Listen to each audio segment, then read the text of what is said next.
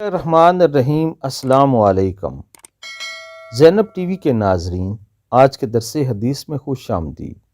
ناظرین کرام، آج کے درس حدیث کا موضوع ہے پیمانوں میں کمی اللہ کے عذاب کو دعوت، یعنی ناپ تول میں کمی اللہ تعالیٰ کے عذاب کو دعوت دینے کے مترادف ہے۔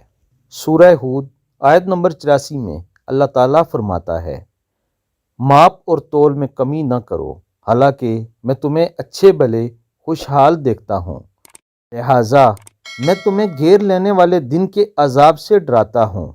ناظرین اکرام، جو قوم ناپ تول میں کمی کرتی ہے، ناپ تول میں ہیرا پھیری کرتی ہے، یا مال کچھ اور دکھا کر کچھ اور بیچ دیتی ہے، تو ایسے لوگوں پر اللہ تعالیٰ کا عذاب آتا رہتا ہے، اور کئی قومیں اسی وجہ سے تباہ ہوئی ہیں۔ آج کے دور میں ہمارے اپنے معاشرے میں یہ بیماری بہت زیادہ بڑھ گئی ہے۔